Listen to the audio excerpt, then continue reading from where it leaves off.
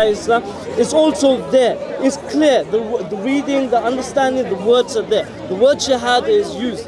فَعْلَمُوا أَنَّهُ لَا إِلَهَ إِلَّا اللَّهِ. It says it in the Quran. Muhammad Rasulullah. It says that in the Quran. It says it in the Hadith of Jibreel, where it says كُنَّ جَالِسٌ مَعَ Rasul. Anyway, go on. So from your claim against Islam was wrong. My claim against, or my question to you was regards to the words used in the Trinity of essence and persons. Yeah. Where do you find those ideas in the way it's formulated in the Trinitarian Creed in the Bible? Up to now, you've not been able to say. You spoke.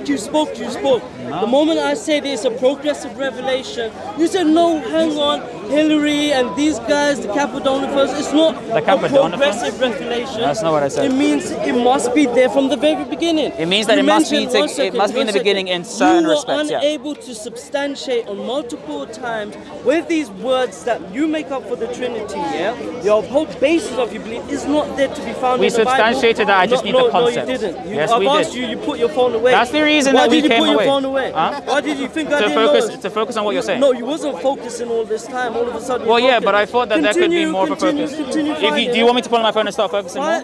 Find it, no problem. That's fine. I mean, I can do the same. I can do hypostasis right now. But you've done the same thing to me. I can show you hypostasis right now. No, in the Bible in regards to the Trinity. Yeah, I thought you stopped searching. That's why. You will never be able to find the formulation of the Trinity in the Bible. Will you be able to find the word hypostasis in the Bible? Yeah. You know what? I'll tell you when it's used. Yeah. It's used when Paul comes up to James, and James, who is a companion of Jesus, he goes to Paul and says, the people say, you have apostatized from the law of Moses. I said hypostasis, not apostatize. Okay, well, that's what I have. Hypostasis. What is a hypostasis? Hypostasis. Do you speak Greek? Underlying reality. Do you speak Greek? I don't speak modern Greek now. Why are you putting an accent for? That's the way it's pronounced. Hypostasis. I just want to be fair to the pronunciation, you know. There might be Greeks watching. I just want to be fair to them. Anyway, the point is you still have not. I'm still waiting. Yeah, Hebrews 1:3 for hypostasis. I wanted to find a full as well. That's not the New Testament. What's Hebrews got to do? Hebrews is not the New Testament. No. That's what it is. It's the New Testament. What are you talking about? Okay, sorry. Who wrote Hebrews? Who wrote Hebrews? Hebrews? Yeah. Okay, so for me, in regards to nobody knows. It's an unknown author. Can I finish? Can I finish? Don't play. Can I finish? Yeah. Okay, good. So this is very important. So the modern eclectic tradition would argue that it is unknown, insofar as when they look at the titles of the text, it wouldn't actually say Paul's name or something like that. However, according to right, the ancient tradition of the church, we would be able to substantiate through the writings of the fathers, that actually it was written by Paul, but Paul just did not emendate his name on the title. Yeah, but he was in pseudepigraphical. Yeah, could you respond to the point that I said? Slow down. Hebrews. So what was the response that I gave you? The claim was that this word is found in Hebrews. Now my anti-claim or counter-claim is you don't even know who wrote Hebrews. How does that have anything to do with whether it's in the New Testament? How can someone who never knew, you don't know? How does that have anything to do with whether it's in the NT? Let me answer you. Okay, that's fine. It's pretty obvious. If I grabbed a book and say to you, this book says that this man is a tree, would you believe it? I would believe that the book says it, yes. I would believe the book says it. You don't know who authored it. How do you know? Why are you telling me to end the discussion? SIIIG, do you know? Because the book says it, do you know? If you don't know who how do I know that the book says it? It's in there, you know? It's like it's in the pages. So here's the issue that we have. You asked me, can I find the term hypostasis and ousia in the Bible? So I got a place in the New Testament. So this is the issue. You said, you asked me this. Can you find the terms hypostasis, ousia, and certain? Yeah, good. So the regards to the Trinity. Yeah, I said Hebrews 1 verse 3. That is where the term hypostasis is used. So this is the Trinity is a conception. In relation to that conception, hypostasis is found. Hebrews 1 verse 3 of the same hypostasis as the Father. In regards to the Trinity, can you show me these words of essence? Yes. And the regard of the Trinity is the conception, isn't it? Now you're saying Hebrews, yeah? Let's say just grant, for the sake of granting, I know it's not there. It is actually there. The hypostasis is there. You don't know. For the camera, it's Hebrews 1 verse 3. Hypostasis is mentioned there. Thanks. Excuse me. I just want to let people know that it's actually in there. That's fine. Yeah. I'm gonna give you a chance to read from that verse. Yeah. Okay. It says hypostasis there. The word translated into English is substance, but it actually means an underlying reality. In regards to the Trinity, show me where these these words, persons and essences there. Hypostasis he keeps on and changing ousia. my question. We're going to see what it is. Yeah, hypostasis and ousia. Now he says, oh, it's in Hebrews. But then what he doesn't want to tell you, though he knows, is that nobody knows who authored Hebrew. Not necessarily. There isn't a scholar worth his dime that says Hebrews were written by Paul. There isn't Paul a modern. Has how many letters is there? Yeah, there isn't a there isn't. Paul has a bunch okay, of so there isn't writing anyone that used reason eclecticism. I was going to respond to the point. So there's no one that there's no one that uses reason there's no one that uses reason eclecticism to argue that point. You're just accusing me of being rude anyways. So look, is there anyone that mentions okay? So there are people in reason eclecticism that are agreeing with what you're saying, but however, it does not mean that those are the only scholars worth their salt. These terminologies you use for the idea of the Trinity in the Bible, right? 3 persons in one essence in the Bible. I'll give you. Yeah, Hebrews 1 verse 3, which is in the Bible. Yeah, it's fine. So this is important. Before I open up the text, I want to say something. I'm not preaching. I'm giving the same amount of conception that it's saying. Again, remember, if he's asked, that's fine. If you're saying in regards to the Trinity, that means in regards to the conception of the Trinity. One of the points of conception of the Trinity is that the Son is equal in essence to the Father, or that he is begotten from the Father. Okay? If I can find that conception, that's not what the Trinity that is part of the Trinity. I'm not saying part so the conception of the Trinity. Wait, do you know what the Trinity is? Part of the conception do you know of what the Trinity. The Trinity is? I need to understand this. Yeah. What is the Trinity? Good. That. No, you're going to hold Oh, yeah, that's fine. That's the 4th time you tried to hide. No, the only reason is so that I can focus on answering you, right? Because I use my hands a lot. Of the Trinity all right. So the understanding of the Trinity is as follows: that God is one in ousia and that He is 3 in hypostasis. That is actually what I'm saying. 1 second, SIIIG. You ask me a question, and then as soon as I open my mouth, you need to clarify something. Let me refine the question. Oh, okay, that's fine. You can refine the question. We want to know what your definition of the Trinity is. I was literally about to say that. Yeah, I know, but you don't need to talk over me. I just elevated my voice for the camera. Leave the preaching aside, SIIIG. I'm not preaching. It's fine, dude. Show us from the Bible this Trinity. Yeah. So, let me show you from the Bible one of the conceptions of the Trinity. That's not the definition of Trinity by any standard of stretch. What? The definition of Trinity. Show me. Is not that God is 1 in ousia and 3 in hypostasis? Okay, no, that's fine. Yeah. What So else this is that okay. They are? Yes, and this is very important. That one of the persons is begotten from the Father, one of the persons is unbegotten, and one of those persons is also spirated from the Father. Some articulate from the Father to the Son, doesn't really necessarily matter. Now, I'm gonna say more. I'm gonna say more. Begotten, I just want to understand that. Okay. Begotten according to you, unbegotten. Yeah. Begotten in one. It's not preceded. Unbegotten. It's not preceded, no? Yes, one precedes. Okay, thank you. So there's said that, though. Yeah, I said one was begotten, one was unbegotten, and one precedes. That's exactly what I said. Okay. Yeah. One begotten, one is unbegotten, and one precedes. But they're still all the same. Even though one is begotten. In what respect? One precedes. In respect to ousia. Yeah, in respect to ousia. But they're still all the same. In respect to ousia. Okay, go on. What does ousia mean for the camera? Yeah, so ousia, it would be translated to nature. Yeah. Some try to translate it to like essence or quiddity if you're a modern scholastic. Now, here's the issue. What does nature mean? Does knowledge nature? No, not necessarily. Knowledge isn't nature. So no, knowledge is eternity. Hold on, this is important, right? Yeah. So when you say knowledge is nature, I don't think you're making some sort of statement of absolute. Yeah, I wouldn't necessarily. What I mean, SIIIG? No, I'm clarifying. That's why I asked you, man. That's why I asked you. Is knowledge a part of a person's nature? You're asking me to define what nature means, right? So, yeah, this is the point that I'm saying. You want me to answer your question, so I'm going to answer what nature means, right? So, do you want me to answer the question of what nature means? Do you want me to answer the question of what nature means? I'm very calm. The term nature means whatness. It's actually identical to quiddity. It's fine, calm down. So, the term nature means quiddity, right? What a thing is. So, what a thing is can necessarily be for us Christians, we would say that what God is, right, is His... Not all-knowing. That's not what He is. No, that's not... Hold on. I'm just going to answer the question. I'm just going to answer the question. That's fine. His nature or right. It is part of what He is as well. No, I'm asking you a very clear question. Yeah, that's what I'm trying to say. If God is all-knowing, is that part of His nature? Yes, but there is also certain respects... Yes or no? Okay, hold on. So there are certain respects of which we can say... I didn't skip over anything. I'm just answering the question for you. So when we say that God is So when we say that God is His nature, right? His ousia. God is His nature? Yes, God is His essence. Is God not His essence? Who's He?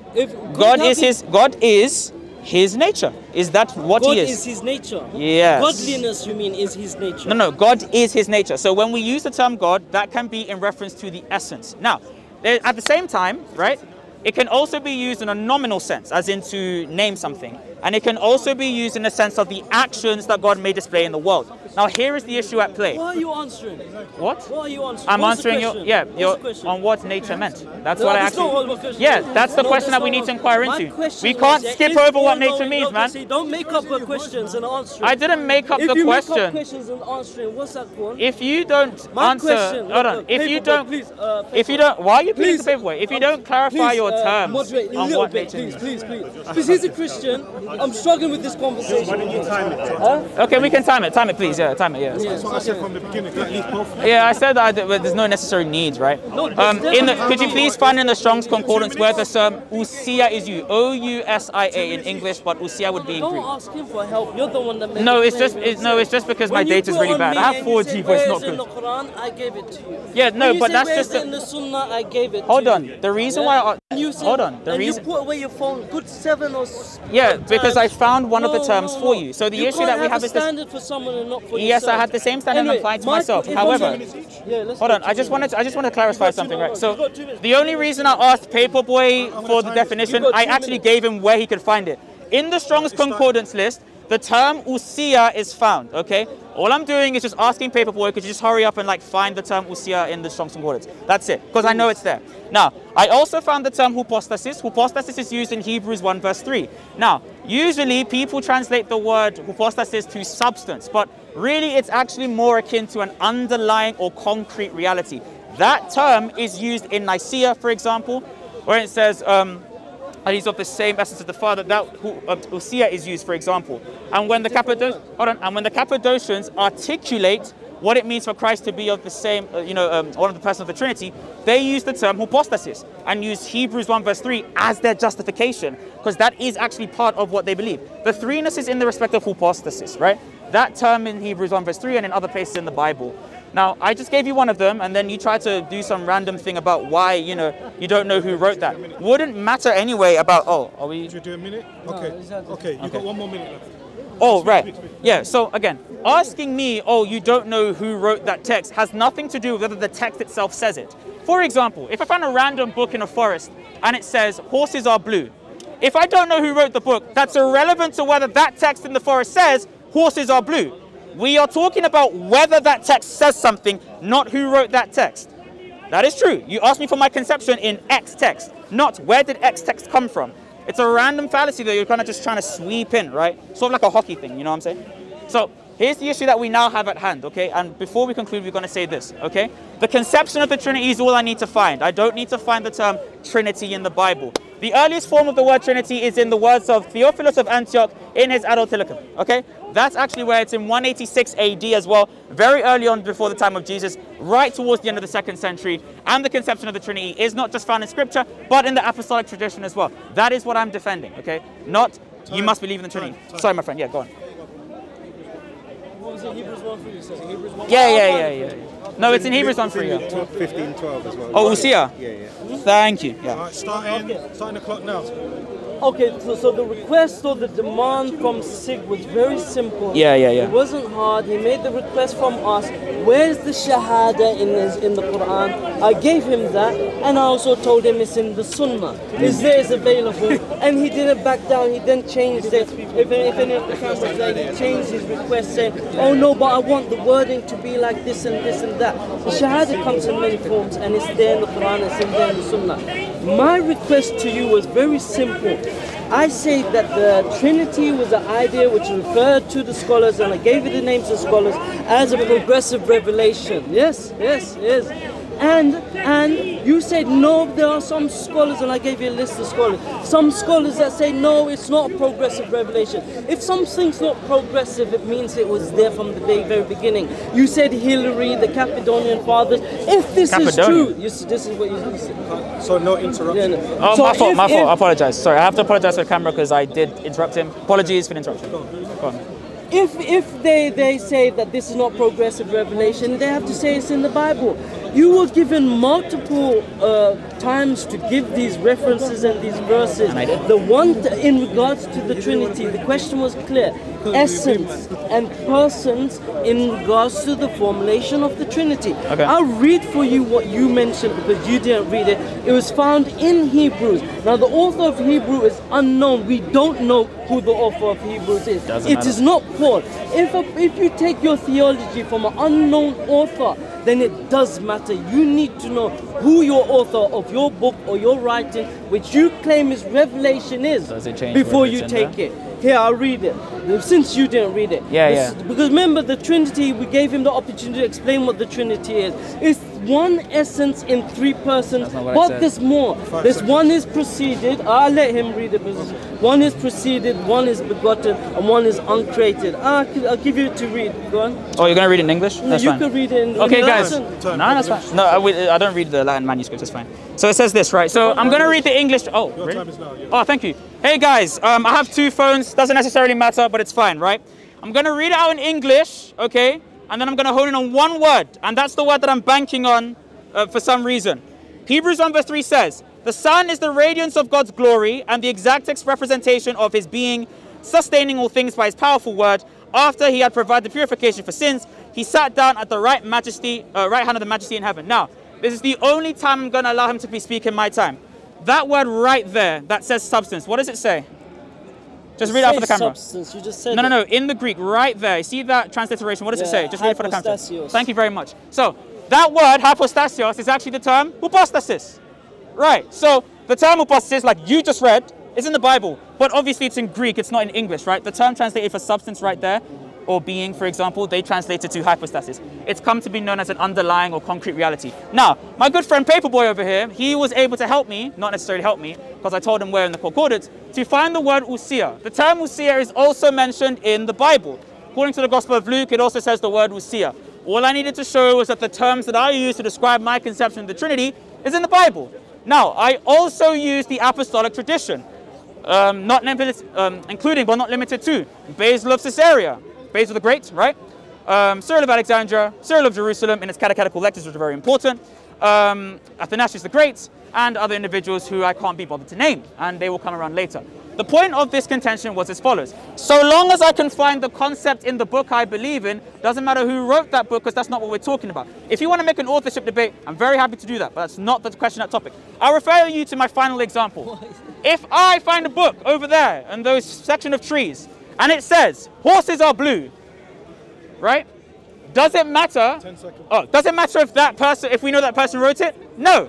All it matters is that that person, whatever book it is, says horses are blue. That's the actual topic of discussion. And this is what Christianity is in a nutshell. You have books written by multiple people in multiple regions, and we don't know who wrote it, when it was written, and to whom it was written. You have Matthew, Mark, Luke, and John. We don't know who the authorships of these books are. There are only suppositions about who Mark was, to the point that even John, which has the highest Christology, we don't know if it was written by a single person or community. So there are scholars also that mention that John was written by a community of believers, and then the book later was titled as John. And this is the case with Hebrew. We don't know who wrote the book of Hebrews, but he's still happy to take this as his scripture and say, this is my belief.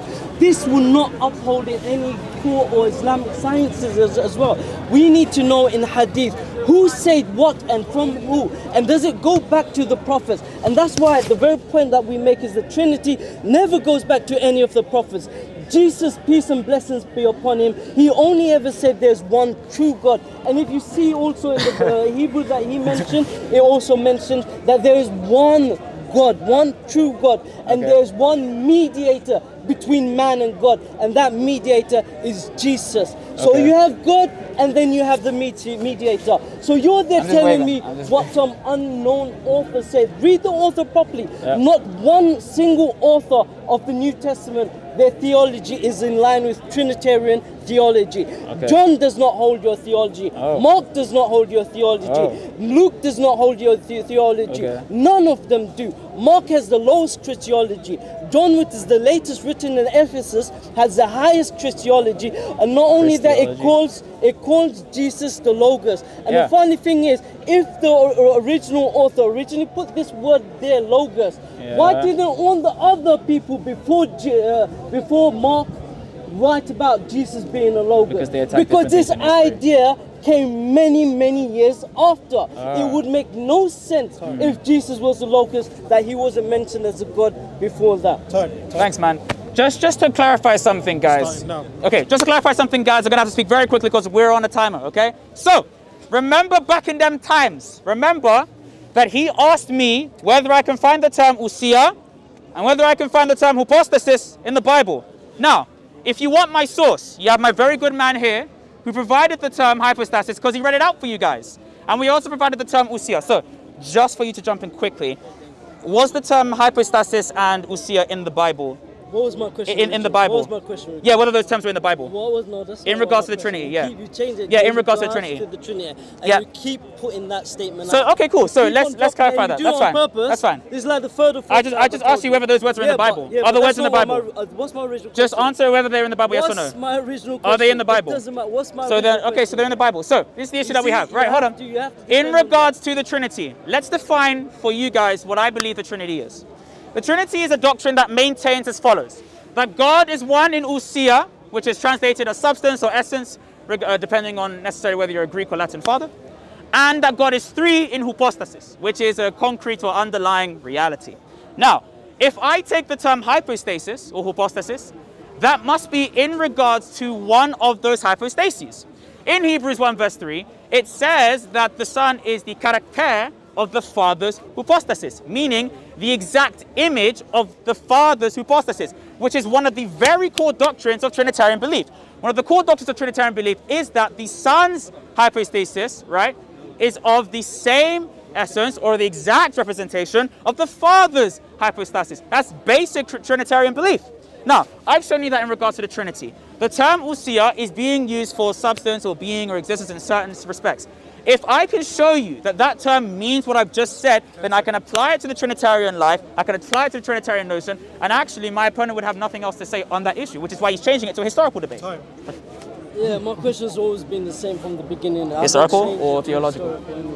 So anyway, in regards to nature, I asked you, what does nature mean? I asked you clear in front of the cameras and the person. Can I answer? Are you going to keep on interrupting? I was going to answer it. Let's be a bit polite. Yeah, do your time, it's fine. Yeah, nature is all-knowing part of nature. Yeah, and you knew the answer. No, you knew what the answer was, but you fumbled because you knew you didn't want to admit it. To have knowledge is part of a person's knowledge, nature.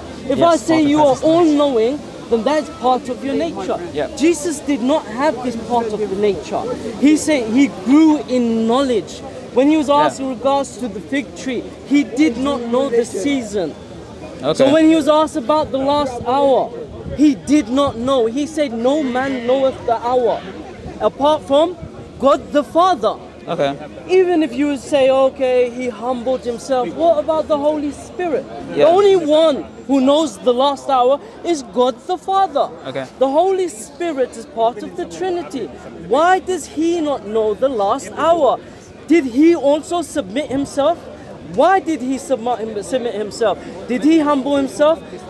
We've asked about these words that they use for the Trinity, and we haven't found the answer in regards to the Trinity. I did. When we say the Son to who? The Father, both of them eternal. How can you have two beings who are eternal, and one is being called Son, and one is being called Father? Two hypostases, it makes no sense. If both have the same beginning, one cannot be under the other. What does Son even mean if you have two eternals? If all of them are spirit, before Jesus came to earth, he was a spirit. The spirit is spirit, and God is a spirit. Why do you call only one of them a spirit, and the other ones you don't call a spirit? What if there were all three of them? If all three of them are equal, why is it that one proceeds from the other?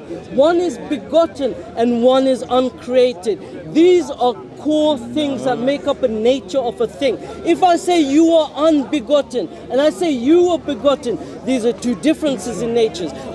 This is the... No, it's not. It's a difference in hypostasis. Okay, cool. So as you can see, he's basically just moving to either a logical debate or a debate on the history of the Trinity. I have sufficed to be able to show you the conception of the words that I use in regards to one of the conceptions of the Trinity that I showed you in the Bible. So let's attack what necessarily he said. Sa'a means time. I stopped the clock. And Listen, my friend, I'm so sorry, man. I'm just... the hour lies. Hey, I can't lie. I'm rude, but that guy, mad. But it's calm. Nah, I'm joking. I'm not rude. But look, I don't know why I put my arm around you. I just felt comfortable. But look, so I stopped the clock. what I'm gonna do now is basically. Should we? Again, Yeah. We'll just Let pack me know it. when you wanna discuss as well. Yeah. Okay. Yeah, it's fine. Okay, this is. continue, Yeah. I'm just gonna. Okay, cool. So what I'm gonna present to you now is how a text is meant to be understood. So we have a book. That's fine. But we also are going to inquire into how that book is meant to be understood in Christian tradition. I'm going to show you one of the bishops of Alexandria who has apostolic succession back to St. Mark himself specifically, who actually explicates on this doctrine, specifically on Jesus growing in wisdom. So it says this: to say that the child grew, this by the way is in Sermon 5 of Cyril of Alexandria's commentary on the Gospel of Luke. It says this: to say that the child grew and grew strong in spirit, being filled with wisdom, and the grace of God was upon him, must be taken as referring to his human nature. Because we believe in the hypostatic union. Christ is one in hypostasis, that is true. But he is also two in feces or nature. There are two feces of Christ, one divine and one human. And the hypostasis does actions according to each. So when it says that the Christ grew in wisdom, he did those actions in accordance to his humanity. However, Cyril, because his commentary is very long as you can see, provides another understanding of how this is supposed to be understood. That, and it's very important, that as Jesus Christ in his humanity grew up, he showed more of his divine self, of who he was as God, of who he was as the Lamb of God, and so on. So much so to the point that when Jesus Christ finally did die on the cross, a pagan centurion was able to say, this man truly was the Son of God, because he was enlightened and had his eyes opened by Jesus. Now, what I've been able to show is an adequate understanding of how that text is meant to be understood. Second of all, in my next response time, I will go into actually the eunomian premise that this guy tries to substantiate with actually no evidence. I'm so sorry, man, I wasn't able to. So I mentioned Son, I mentioned the meaning of Father, I mentioned the meaning of Spirit. You said that these weren't theological things, which is strange. Didn't say that. I didn't say that. Historical, I didn't say that. Theological thing. This is the crux of your Trinity definition. Not really. What is the Father? What is the Son? What is the Spirit? What does the word mean proceeded from? What does the word mean begotten? What does the word mean unbegotten? Don't tell me these aren't theological. These are theological concepts which is found within the Trinity. Okay. You are unable up until now to show us what I requested from you in the beginning. You spoke a whole load. You spoke about this and you responded to nothing. All of these theological terms, your language, wow, it's amazing. But you haven't substantiated. You haven't substantiated anything. I did. Even in my last point, you can't tell us what Trinity is or even nature. Nature, you can't tell it. Knowledge is part of nature. If you want me to respond to that first? Well, let me finish. That's fine. Yeah? If you can't tell me what nature is, you can't tell me what Trinity is. Okay. That's it, and that's the difficulty. You lot go around preaching the Trinity, and you know that the scholars of your Christianity say modern it is eclectics, a mystery. If it's a mystery for you, it's a mystery for all non-Christians. You mean modern eclectics? You cannot tell us what these definitions are, because I've read what the scholars say, and they say this is what modern eclectics say about the word mystery. The Trinity is a mystery, and it's the way to cover your eyes from actually understanding that this makes no sense. Jesus was very clear, there's only one God. All of the prophets before him, there was only one God. The companions came to Jesus' companions, the apostles, he's talking about the Apostles' Creed, came to him and said, I did not talk about the Apostles' Creed at all. I didn't talk about that. I'm sorry, I just didn't talk about that. That's my fault. Yeah, but don't say that I talked about something I didn't talk about. You said I said apostolic tradition, not the Apostles' Creed. What are you talking about? Apostolic. What does apostolic Come on. mean? What? Does it mean? What's apostolic In mean? pertaining to the apostles. Apostles, thank you. Okay. So when did I say Apostles' Creed? Tell me. Thank you. Anyway, so you didn't actually say Apostles' Creed. You waffled about something. Stop. You're just making but you're saying stuff you're making yourself look silly. I see. And you're lying on me. No, I'm not. Yes, you are. It's there on camera. Yeah, the camera will show that I never said. SIIIG, The people on camera will know I never said Apostles' down. Creed. If you're going to appeal to me being like angry, I'm not, dude. It's okay. I'm completely fine. I'm completely fine. I'll let you speak. I'm completely fine. Just don't lie on me, please. Paperboy, can you jump in? I can't continue like this. Sir. So you don't want to talk to me anymore? No, I can't. Well, just continue. It's become unbearable. Yeah, just continue, man. I'm unbearable. It's okay. It's okay. Let's make this a lot. I'll give him the last 2 minutes. And, another 2 minutes, and then I'm gonna stop it. Yeah, but it's going nowhere. Jesus, the people came to Jesus. I'll stop moderating. You can just pause. Yeah. But he's going to speak over me. Don't worry, I won't speak over you. You haven't been able to not. I won't speak over you. It's fine. Carry on. Yeah, exactly. So when the people came to Jesus, Jesus said, Nah, it's fine. "Who do you say I am?" They said they didn't. They said you are the prophets. You are Moses. You are this and that. Not one of them said you are God. This is what the apostles believe. When Jesus apparently died according to you, the ones in Acts, the 120 believers, they prayed only to one God. Read James what he said. The devil worships one God, good. Even we worship, sorry, you worship one God, good. Even the devil worships one God. This is a testimony of James, who is supposed to be apostle to Jesus. The one that held the Council of Nicaea. He was the head of the apostles. James, the brother of Jesus. He worshipped only one God. Could I clarify something? No. Because you're not on time, so I just wanted to clarify something. Okay, so let me finish. Oh, yeah. It's just on James and Nicaea. Just really want to get sure. Let me just finish and then I'll give it to you. Yeah? So you read, in fact, they were referred to as the Jesseans. The early Christians, after the period of... Yeah? Essenes. No, the Essenes are the Jews. See, this is what happens when you're talking about the Ebionites. That's the Ebionites. They don't know. You know, you don't know, and you're trying to laugh and mock it, but it comes back to you. They're originally called Jesse because Jesse is the son of David, and they took this name from Jesse, I think. Okay, let's David's see that. son, Jesseans, and they were the companions of Jesus were originally referred to as Jesseans. Who talks about that? Epiphanius of Salamis says this in his Paneros. Now, Jesseans later became as the Nazareans, and they later become the Ebionites. And these people have a tradition which goes back to Jesus saying what? Worship only one God, and all of them were Jews, and Jesus was a Jew. And if Jesus saw you worshiping to him, he would not know what you're doing. He would say you're doing blasphemy, and that's the truth. If Jesus was here right now praying to God like how the Bible said he did, on his face, if any one of these Christians saw him, they would not pray to him, rather they would join Jesus and pray with Jesus to the one true God, which Jesus has always spoke about, and all of the messengers before Jesus. And you see that God says that in the Old Testament, even Jesus says it in the New Testament, and this is what we say as Muslims in the Quran. Okay, cool. So you made a bundle of necessary errors. So the first error that I would... Thanks, man.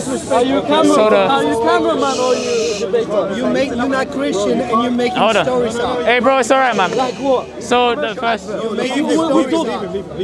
So I want to point out the first error that I see that you may have made. So the first error that you seem to have made was associating Saint James the Just with the Council of Nicaea. I don't know if you're going to retract that. But yeah, James the Just had no partaking in the Council of Nicaea. As we know, James died in the 1st century. The Council of Nicaea was in 325. There was a prior council in 321 that was hosted in Alexandria where they did kick out Arius. 325 was just confirming what the world already knew. Now, the issue that... To still moderate this? Nah, it's okay. I'm just going to... Yeah, it's final word, isn't it, for me, but right? James is he's the one that held the Council of Nicaea when he called Paul. Sorry, hold on. Jerusalem, not Nicaea. Thank you so much. Jerusalem, Yeah. But you know what I'm talking about. You pretend. Now I know what you're talking about. I genuinely thought you were saying Nicaea. It's the same James. Yeah? James the Just did. He was an apostle. He was an apostle. Okay, yes. thank you. So James the Just did hold the Council of Jerusalem, but that had nothing to do with Trinitarian theology because that wasn't actually a pertinent issue. The pertinent issue wasn't on the being of God. It was actually on converting to the faith in the first place. That's fine. That's fine. Going on to other things. I didn't interrupt you. Yeah, but so you're interrupting me. No, I've interrupted you all the time. So I'm going to finish, right? So but it's got nothing the to issue do. that we have. Hold on. The issue that we have is this. So when we talk about the essence of God, what is he talking about? Yeah, but let him finish. Yeah. Okay, so cool.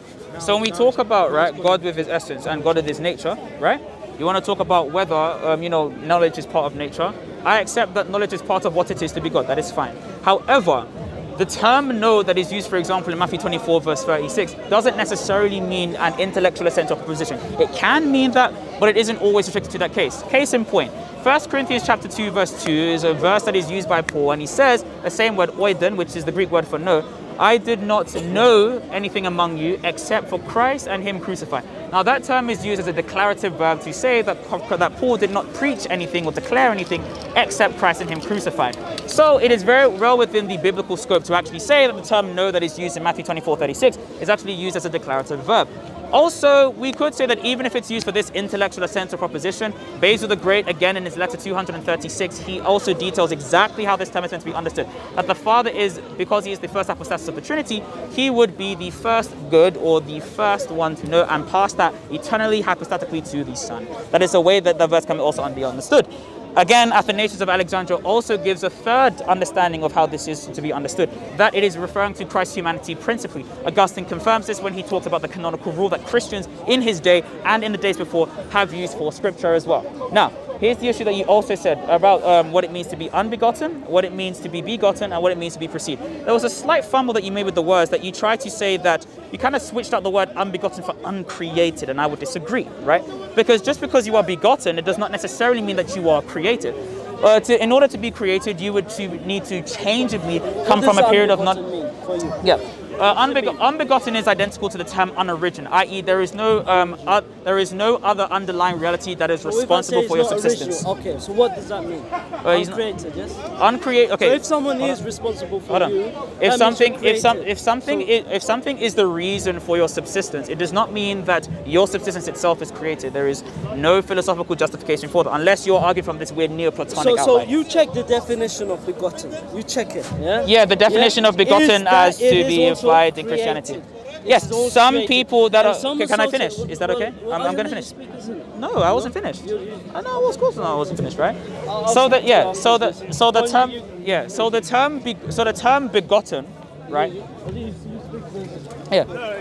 So why are you going away? I don't know why you're going away. You can speak, you can speak. I want to speak. Very nice. Yeah, but finish your... You mean nice? Why are you going? Every single time. I didn't cut you off. Cut me every single time. It's alright, man. But the thing is, every time he's just going to change the topic. No, but you're almost done. When did I change the topic once? You talked about the Council of Nicaea, what the purpose was. Because you said it. The Council of Jerusalem, what the purpose was. No, that's not what I said. I said James, yeah, because you James keep talking about those proceeded things. over that. Because reason he proceeded over the Council. It has to have anything to do with the Trinity then. Yeah, but he's just kind of doing a wrap up. I'm kind of doing a wrap up here. No, but every time I've spoken, you've spoken over every single time. Not every single time. That's not true. It's like it's in this weird sarcasm. No, but just let him finish his. Yeah. So. Okay, finish the. That's fine. Look.